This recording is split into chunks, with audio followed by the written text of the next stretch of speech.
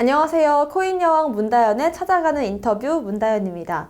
비트코인 반감기가 이제 몇 달 앞으로 다가오고 있습니다. 올해 과연 비트코인 가격이 어떻게 될지 궁금해하시는 분들이 많으실 텐데요. 오늘 그 해답을 내려주실 분을 모셨습니다. 심지훈 대표님 모셔볼게요. 어서 오세요. 네, 안녕하십니까. 대표님, 저희 시청자 여러분들께 인사부터 해주실까요? 안녕하세요. 저는 키웨스트 77 대표 심지훈입니다. 블록체인 관련 이제 투자, 컨설팅, 그다음에 교육을 이렇게 처리하는 업무를 맡고 있고요. 그리고 개미들이라고 하죠. 개인 투자자들의 이제 보호를 위해서 디지털 경제 협의회 사무국장을 맡고 있습니다. 그리고 작년 9월에는 키웨스트의 디지털 자산 투자라는 책을 펴낸 또 저자이기도 합니다. 네, 키웨스트 77의 대표님이신데 회사 소개도 좀 간략하게 더 해주실까요? 저도 이제 대학생 때부터 주식 투자를 시작을 했어요. 경영학과 출신이고. 그런데 개인 투자자들 관점에서는 정보를 주는 곳이 너무 없는 거예요.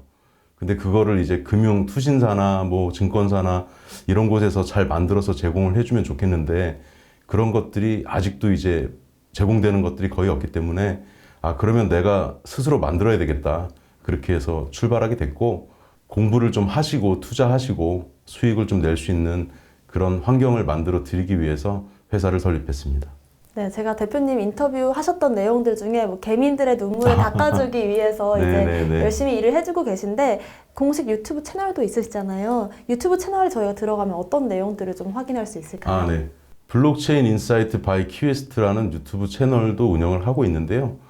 들어와 보시게 되면 암호화폐 백과사전이라는 그 영상들이 주로 있고요. 48개 정도 종목이 올라가 있는데 시가총액 이제 100위 안에 있는 종목들을 저희가 그래도 여러분들이 공부를 하시고 투자를 하시면 좋겠다 해서 만들게 됐고, 왜 만들게 됐냐면 저도 그런 정보가 있으면 찾아보고 공부하기가 좋은데 전 세계 어디에도 그런 자료가 한두 개는 있지만 이렇게 제대로 만들어진 게 없었거든요. 그래서 만들기 시작했고 그다음에 우리가 투자를 할 때 투자하는 기본적인 방법이나 원칙 그런 것들에 대해서 이렇게 좀 이렇게 공유할 수 있고 공부하실 수 있는 영상을 만들어서 같이 나누고 있습니다.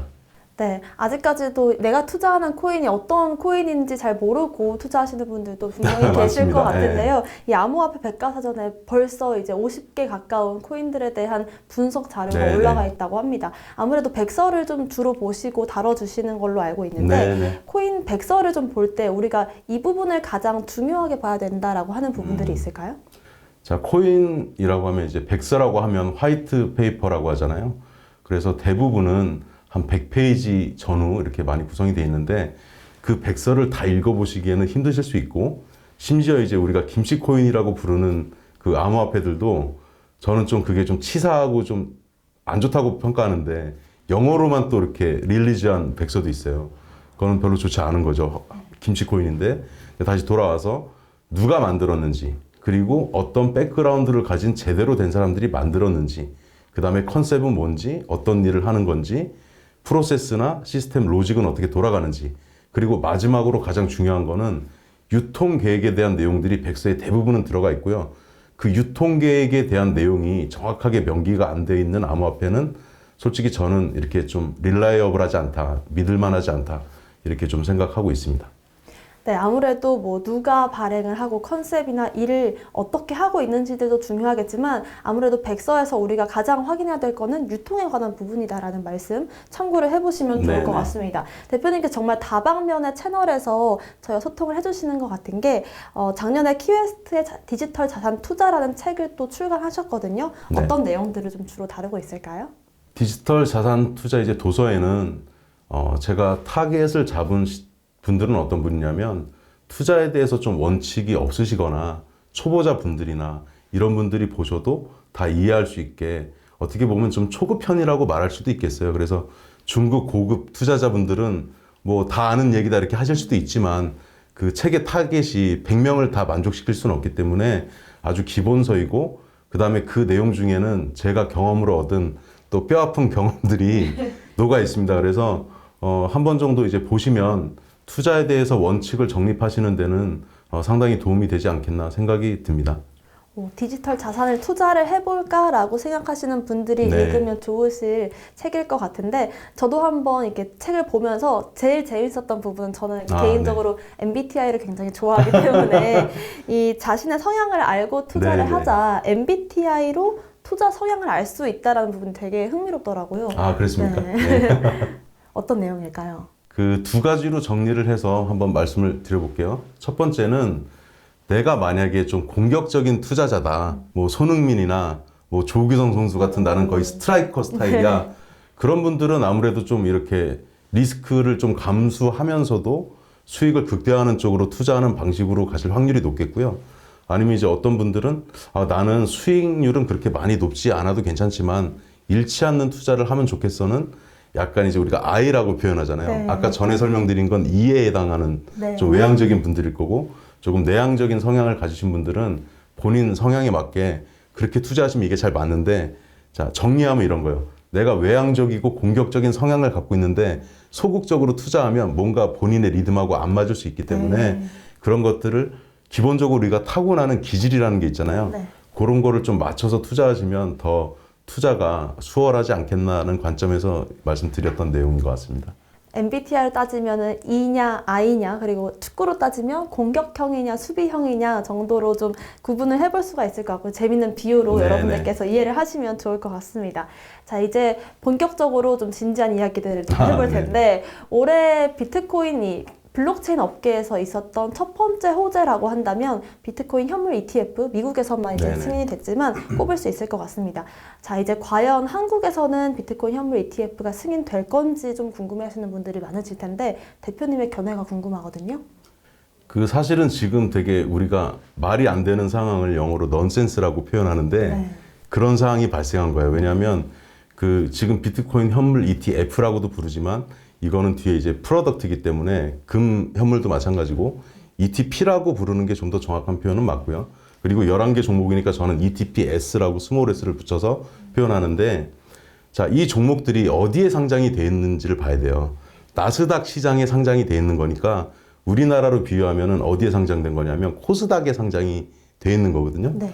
그럼 누구나 거래할 수 있어야 되는데 지금 이제 금융위원회에서는 어떻게 이거를 가르마를 탔냐 하면 처음에 못하게 했다가 아니 이미 선물 ETF를 투자하고 있는 사람이 있는데 말이 안 되잖아요. 그래서 매수는 못하게 막아놓고 매도만 할 수 있게 지금 이상하게 만들어 놓은 상태고요. 아 정말. 그 다음에 만약에 이제 다현님께서 나도 좀 관심이 있어가지고 그 비트코인 현물 ETP 종목 중에 뭐 예를 들면 난 블랙록 종목이 좋다고 하더라. 네네.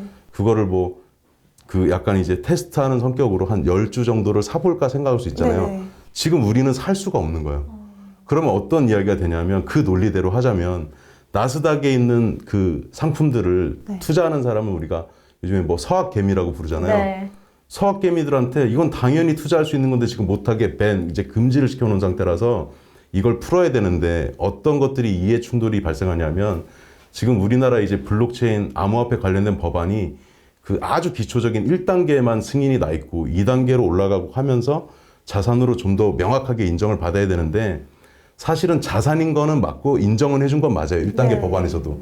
그럼에도 불구하고 지금 이제 기존 금융권들하고 부딪히는 면도 있고 너무 이제 그 변동성이 심하다는 이유로 지금 금지를 시켜놨는데 이건 사실 좀 말은 안 되는 상황이고 네.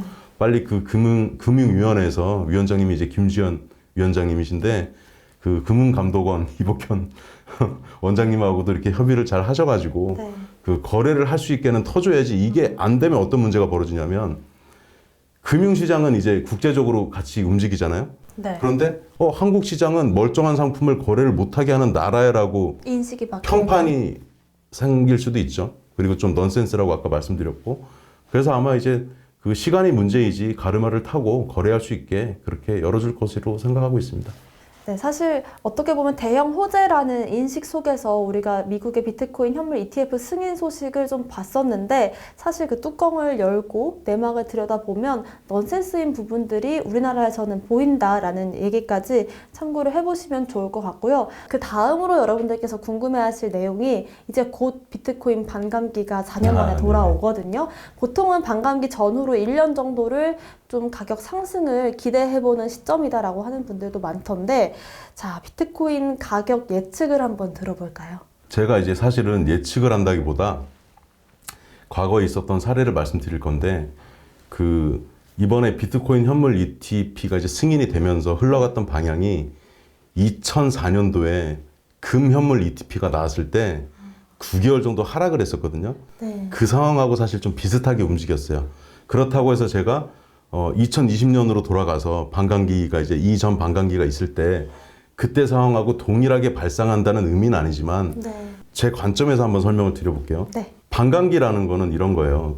저도 실제 채굴기를 이더리움을 4대를 돌려본 적이 있거든요. 정말요? 네. 한 달 가격이 얼마인지 아십니까? 한번 맞춰보실래요? 한 네, 대, 제가 4대를 네. 운영했다 그랬잖아요. 억소리 날 것 같아요. 아니, 억소리까지는 아니고 480만 원. 아, 네네. 그래픽카드가 8개가 합쳐진 게 우리가 8웨이라 그래서 네. 한 채굴기가 되고요. 그러면 그래픽카드를 8430이니까 32개를 저는 구매한 거랑 마찬가지인 거고, 네. 그런 또 경험을 담아서 말씀을 드려보면, 자, 4월 지금 21일이 반감기 예정일로 일단 카운트다운은 되고 있어요. 네. 그러면 지금 이제 한 74일, 5일 정도 남았는데, 그 일이 발생하면 사람들이 이거를 대충 아시는 것 같아요. 제 생각에는. 자, 채굴기가 4대가 있었습니다. 그런데 이제 매일 한 알씩 이렇게 채굴이 되다가 네. 이제 4월 20일이 되면 어떻게 돼요? 반으로 줄어요. 2알밖에 안 나와요. 네. 이제 2알. 그럼 어떻게 되죠?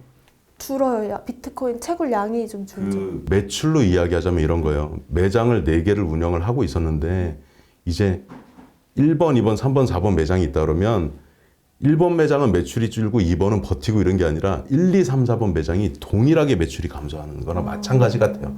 네. 사실은 좀 합의 개념도 있긴 하지만 네. 이해를 돕자고 말씀드리는 거고, 그럼 어떻게 되냐면 지금 비트코인 채굴 원가가 얼마냐는 솔직히 정확히 알 수는 없지만 그 보도된 바에 따르면 저점은 한 22,000불, 네. 좀 비싸게 잡는 데는 28,000불이니까 중간 평균 한 25,000불을 잡아도 지금 이제 4만 불 위에 있지만, 그죠? 네. 자, 요게 이제 어떻게 되냐면 채굴이 지금 4알이 되고 있을 때는 괜찮죠. 네. 근데 이제 2알밖에 안 나와요. 네. 그러면 43,000불의 절반이 되는 건 아니지만 예를 드는 거예요. 네. 그러면 이제 우리가 수익을 계산할 때 보통 매출 원가라 그럴까요? 그 손익분기점이 여기 있는데 지금은 4알이 생산되니까 이 정도의 매출이 있었고 요만큼 수익이 났단 말이에요. 네. 근데 4알이 이제 2알이 되면 어떻게 되냐면 이게 쭉 빠지죠. 그러면 수익이 나거나 거의 안 나기 때문에 유지가 어려워지면 네. 영세한 이제 업체들은 이제 이 사업을 그만해야 되겠다, 아니면 다른 사업으로 뭐 시프트를 해야 되겠다, 그러면서 지금 나스닥에 상장된 채굴 업체만 6종목이 있어요. 네. 그리고 이제 중국에 있는 업체들 이렇게 해서 합치면 한 10개 정도 존재하는데 아마도 4월 21일 전까지 2-3개 업체 정도는 흡수합병이 된다거나 네. 그럴 가능성이 있고, 그 다음에 이제 그 전에 반감기 때 데이터들을 보면, 이제 20년도 데이터를 보면 여기가 조금 충격적인데 이렇게 꼭 된다는 의미는 아닙니다. 네. 그때 2월 24일이 77일 전이었어요. 네. 반감기 20년도. 네. 그때 업비트 가격이 1,163만 원이었습니다. 그런데 그게 폭락을 언제 했냐면, 자, 윤년이니까 29일까지 있었고요. 5일에다가 13일 더하면 18일이죠. 네. 18일 지난 시점이 3월 13일이었어요. 20년도. 네. 그때 비트코인 가격이 얼마까지 떨어졌는지 아십니까? 540만 원. 반 정도로 줄었나요? 더 떨어졌죠. 52.8%포인트가 하락을 했고요. 그 다음에 이제 어떻게 됐냐면, 한 달하고 한 20일 정도 지난 이후에 네. 1,200만 원까지 회복을 했으니까 그 하락한 시점이 3월 13일이었죠. 네. 그때 이제 반이 하락을 한 거고, 네. 어느 정도 거의 본전에서 조금 올라온 정도로 회복을 했기 때문에 네. 중장기적으로 보면 손해는 아니죠. 네. 그런데 만약에 우리가 이제 경제학에서 기회비용을 얘기하잖아요. 기회비용 관점에서 결과론적인 얘기지만 만약에 바닥에 있을 때 이 언저리에서 잡았으면 만약에 그걸 다 가져가면 1.2배의 수익이 나는 거예요. 이건 물론 결과론적인 얘기입니다. 그래서 그때는 근데 상황이 비트코인 가격이 매우 낮은 상황이기도 했고, 뭐 코로나 상황이 시작되는 뭐 타이밍도 있고 여러 가지 변수가 녹아져 있었는데, 제가 그런 이제 올해 입장에서 여러 외부 변수가 있죠. 네. 현물 ETP 승인도 있고 이런 것들을 다 감안을 했을 때, 오늘 다 말씀은 그건 못 드리니까 네. 종합적으로 봤을 때는 저는 한 30%포인트 정도는 하락할 확률이 있다. 그래서 그 날짜는 그때 77일을 대입을 해보면 네. 벌써 그저께죠. 2월 4일이었어요. 네. 근데 아직 하락은 크게 안 나왔죠. 네.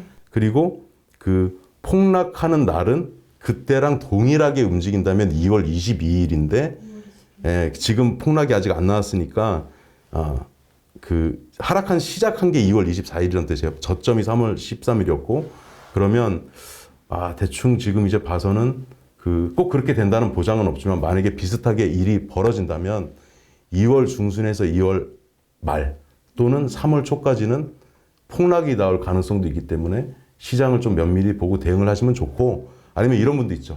나는 어차피 비트코인 한 뭐 2,500만 원, 네. 뭐 3천만 원에 저렴하게 매수했어. 뭐 그런 분들이 트레이딩에 능숙하지 않으신 분은 난 그냥 갖고 갈 거야. 맞아요. 그것도 좋은 네. 선택일 수는 있다.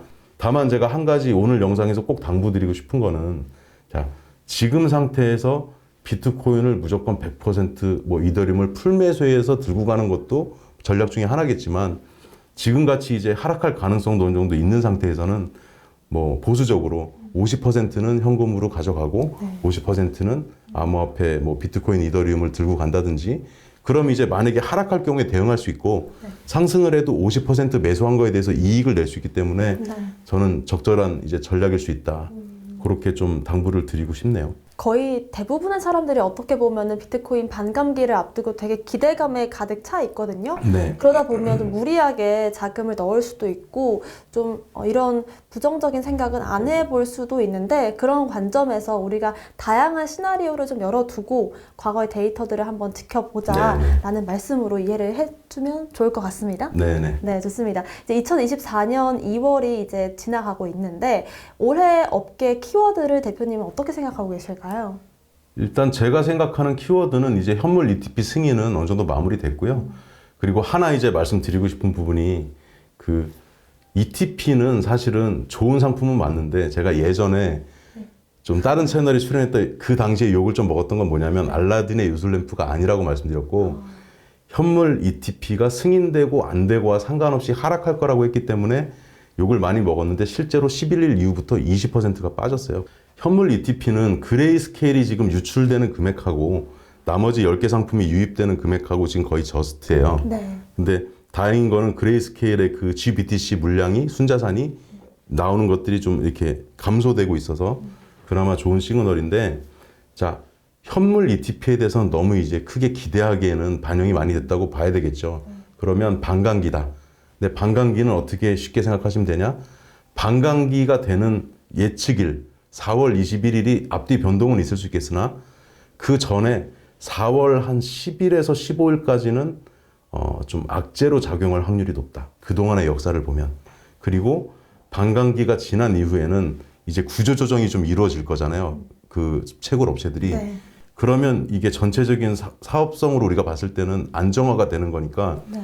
그 업체들은 4년은 최소한 버틸 거로 보고 남는 거잖아요. 오, 네. 악재가 좀 없어지는 거죠. 네. 그래서 그 이후에 좀 상승할 확률이 높고 그때 정도 타이밍이 되면 지금은 사실 자산이 들어와 있는 것이 한 10.6조 원밖에 안 돼요. 근데 그것도 그레이스케일하고 합치면 마이너스 0.6조 원이지만 네. 이것들이 이제 계속 쌓여 나가면 이것들이 이제 또 가격대에서 약간 지지해주는 역할을 하게 될 거예요. 네. 근데 이왕이면 지지해주는 역할이 좀 가격이 낮은 데서 지지를 해줘야지 위에서 너무 그 현물 ETP가 매수가 돼 있으면 이게 오히려 불안정해요. 가격이 상승할 때 배리어 장벽이 될 수 있어요. 네. 그래서 지금은 조금 서운하게 들리실 수도 있겠지만 올해 장이 2분기, 3분기, 4분기를 잘 가려면 조정을 받고 가는 게 저는 좋다고 생각은 한다. 좀 죄송해요. 좀 서운하게 들릴 수 있겠지만 그래야지 좀 더 움츠렸다가 멀리 가는 게 되는 거지 지금 상태에서 애매하게 이렇게 가는 게 저는 더 좋지 않다고 본다. 네. 시장을 좀 대표님은 장기적으로 보시는 거겠죠? 더 멀리 잘 가려면 지금의 이런 과정들을 해소하는 시점이 와야 될 것 같고 그러려면 이제 4월 21일 이후로 살아남은 업체들이 어떻게 좀 행보를 이어가는지도 우리가 유의하면 좋을 것 같습니다. 아까도 그 가계에 관련해서 비유를 해주셨으니까 저 이해가 쉬우셨을 것 같아요. 네, 대표님께서 블록체인 업계에 바라는 점들이 있으실까요? 저도 정치 얘기하고 싶지 않지만 4월에 총선이 있다 보니까 다들 지역구를 열심히 뛰고 계시고 지난 이제 300명 국회의원 중에서는 12분이 블록체인 관련된 법안을 만들어 주셨습니다. 그런데 지금은 이제 어떻게 될까요? 2단계 법안이 상정이 되고 네. 이렇게 땅땅땅 법사위원회를 통과해서 최종적으로 전체 이제 그 투표를 하고 통과 이렇게 해서 가야 되는데 제가 생각할 때는 지금 4월 달까지는 멈출 것 같아요. 일단은요. 그러면 4월에 이제 당선되는 분들이 이제 윤곽이 나오고 그 12분을 제가 누구라고 호명은 안 하겠지만 네네. 그 중에 다 아시는 분 중에 누가 있냐면 홍준표 대표도 하나를 냈던 것 같고 뭐 있어요. 뭐 김종민 의원이라든지 윤창현 의원이라든지 여러분들이 그 법안을 내주셨거든요. 근데 제 바람은 그 12분은 여야를 떠나서 네. 조금 살아남으셨으면 좋겠다는 바람이 있고 법안을 만들어 주시는 분들이니까 그 외에 또 다른 분들이 당선이 되시면 블록체인 2단계 법안을 그 늦어도 한 5, 6월에는 상정이 좀 되고 그럼 이게 법사위 통과하고 정기 회기 열리면 가을쯤이나 돼야 될 것 같아서 네. 그게 우려가 되는데 그런 법안들이 지금 2단계가 빨리 셋업이 돼야지 아까 질문 주셨던 뭐 서학 개미들이 네. 나스닥에 상장되어 있는 현물 ETP 매수도 11개 종목을 못하니까요. 매수도 못하게 하고 매도도 못하게 하고 이런 좀 그 넌센스 같은 상황이 안 벌어지겠죠. 그래서 그거를 제가 부탁을 드리고 하나 더 첨언을 드리면 올해 하여튼 화두는 한국이 지금 전 세계 시장에 비해서 뒤처져 있다. 네. 규제 측면에서도. 그래서 이제 총선이 4월이라 어쩔 수 없지만 좀 그런 부분에서 열심히 해주시면 이 투자자들이 투자하는데 훨씬 좋은 환경에서 투자할 수 있지 않겠나. 그게 제 바람이죠. 네, 총선이 지나고 나면 우리나라에서도 어떤 제도가 잘 갖춰질 수 있게끔 힘써주셨으면 하는 바람을 비춰주신 것 같습니다. 네. 마지막으로 저희 블록체인 투데이 구독자분들께 한마디 남겨주실까요? 저는 무조건 이제 블록체인이나 암호화폐가 파랑새라고 말씀드리지 않고 무조건 투자해야 되는 대상이라고 말씀드리지도 않고 매우 위험한 자산이다라고 분명히 말씀을 드리고요. 그 주식이든 암호화폐든 투자하시는 분들 중에 90%에 해당하는 분들은 손실이 나는 매우 어려운 시장이죠. 어려운 시장이기 때문에 자, 예를 들어서 만약에 내가 1,000만 원 정도의 여유 자금을 가지고 투자를 하겠다 그러면 바로 1,000만 원으로 차 뽑고 운전하듯이 하지 마시고 1,000만 원이면 한 100만 원에서 50만 원 정도를 공부하시면서 2, 3개월 정도 최소 5, 6개월 정도 그 돈은 다 잃으셔도 괜찮아요. 어차피 1,000만 원에 100만 원이니까 다 없어져도 된다고 가정하시고 해보고 싶은 거 다 해보시고 그러고 나서 어느 정도 이제 감이 잡히고 되겠다 싶으면 그때 나머지 900이나 950만 원 가지고 본 게임을 들어오셔도 되는데 그 너무 좀 이렇게 급하세요. 그래서 일단 이 암호화폐가 뭐 하는 건지도 모르고 일단 풀매수하고 그 다음에라도 공부를 하면 좋은데 그 다음에도 공부를 안 하시니까 그 제 이제 블록체인 인사이트 바이 QS 채널 홍보 겸 말씀드리면 최근에는 이제 업비트에 상장된 아스타라는 종목이 있거든요. 네네. 궁금해 하실 것 같아서 또 이렇게 전체 공개로 또 올려놨습니다. 그래서 그런 거 한번 보시고 그러면 뭐 한 10분 남짓 보시면은 아스타라는 게 제가 꼭 좋다고 말씀드린 게 아니라 예를 드는 거니까 아스타라는 거는 이런 역할을 하는 그런 암호화폐구나 아실 수 있잖아요. 그렇게 하나씩 공부하셔도 좋고 그리고 가장 중요한 거는 그래도 비트코인, 뭐 이더리움 이렇게 메이저 종목 위주 그리고 시가총액 100위권 안에 드는 종목 위주로 투자를 하시면 그래도 리스크가 적게 투자를 상대적으로 하실 수 있겠다. 이 말씀을 드리고 싶네요. 네, 대표님이 정말 개인 투자자분들을 얼마나 생각하시는지가 좀 저도 와닿았던 것 같고요. 좀 코인 공부가 어려우신 분들은 키웨스트 77 이 유튜브 채널 통해서 쉽게 좀 공부를 하실 수도 있을 것 같아요. 들어가셔서 한 번씩 영상 보시면 도움 되실 것 같습니다. 대표님 오늘 말씀 고맙습니다. 네, 초대해 주셔서 감사합니다.